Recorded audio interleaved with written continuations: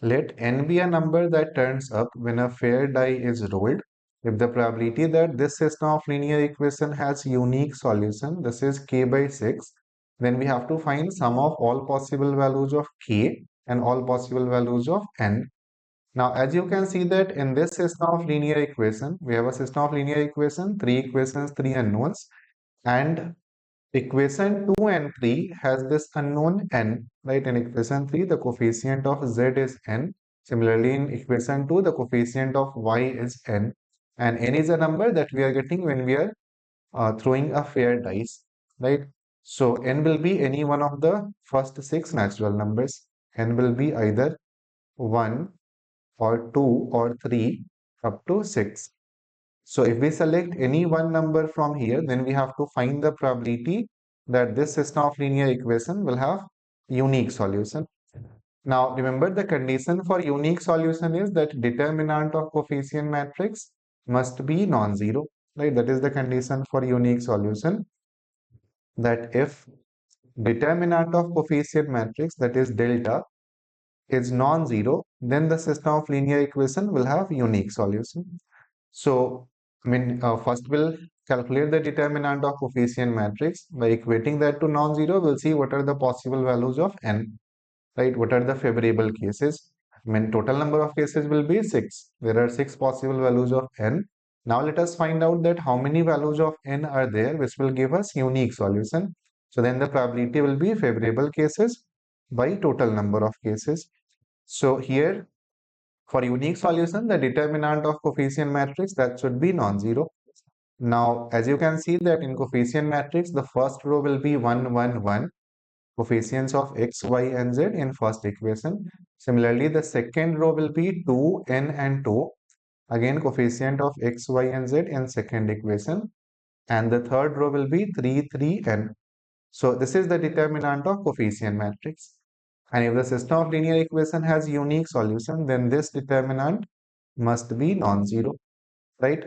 Now, if you want to solve this one, if you want, you can create two zeros and then you can expand, because first row has 3, 1, or directly also you can expand. It will not take much time.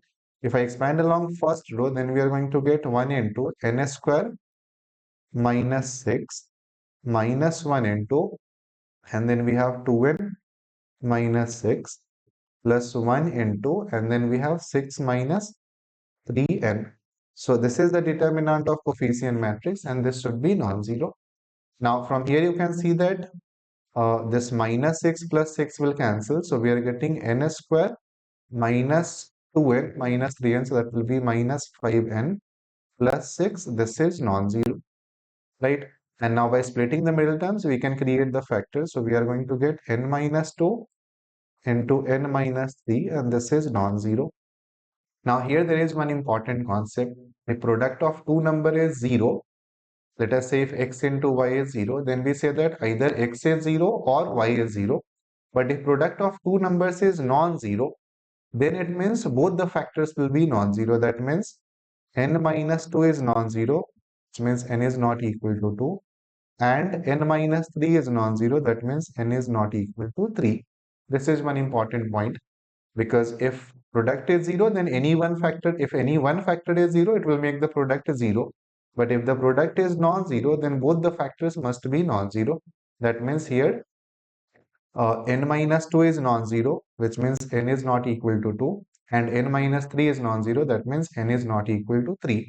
So we'll get unique solution for this system of linear equation if n is neither 2 nor 3. So the favorable cases will be, the value of n should be either 1 or 4, 5, 6. These are the four favorable cases. If n is either 2 or 3, then the system of linear equation will not have unique solution, right? So clearly we have four favorable cases.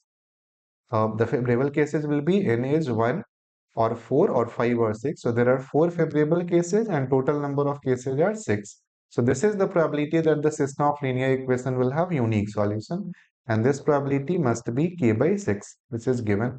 So from here clearly you can see that the value of k will be 4.